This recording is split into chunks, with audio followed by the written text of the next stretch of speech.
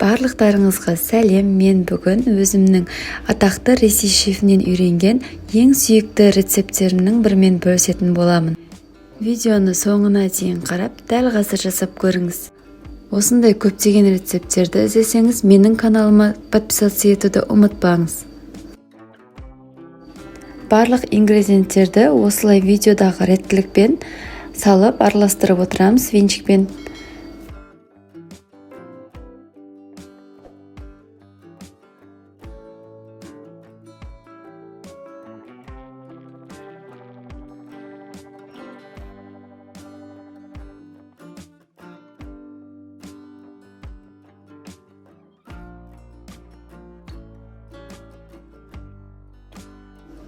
Маргаринімізді пеште жылытып аламыз.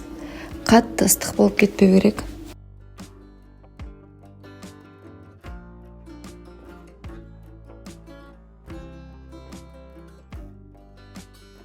Осылай ұн және разрыхлителімізді бір-бірімен араластырып, жаңағы сұйық массаға аз-аздан қоса отырып араластырамыз.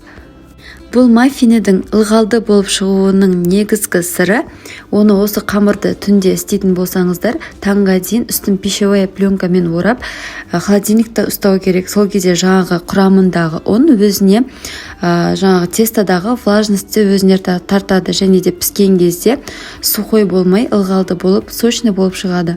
Холодильникте ұстамай, сразу пісіре беруге де болады.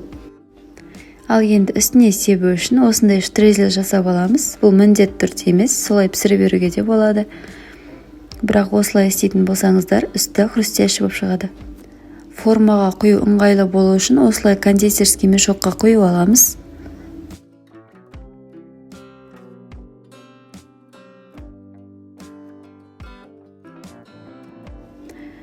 Мен маффинелерді екіге бөліп пісірдім. 16 штук кек шықты менде.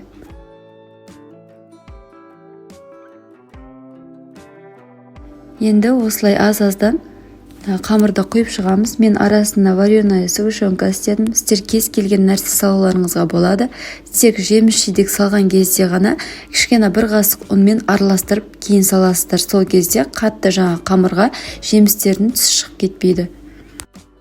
Формаларға құйған кезде оны қатты толтырып тастамаңыздар. Жартысынан сәл ғана асса болды.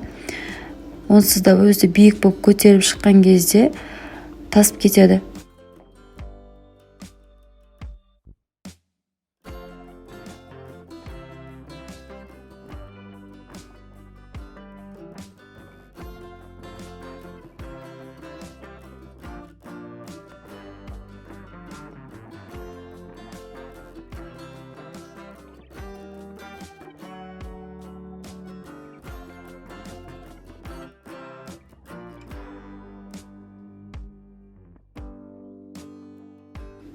«180 градуста 15-20 минут қызартып пісіріп аламыз».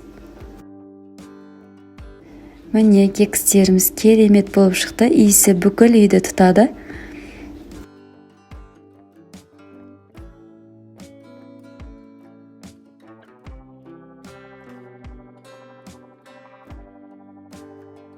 Видео ұнаса, міндетті түрде лайк басып, комментария жазуды ұмытпаңыздар.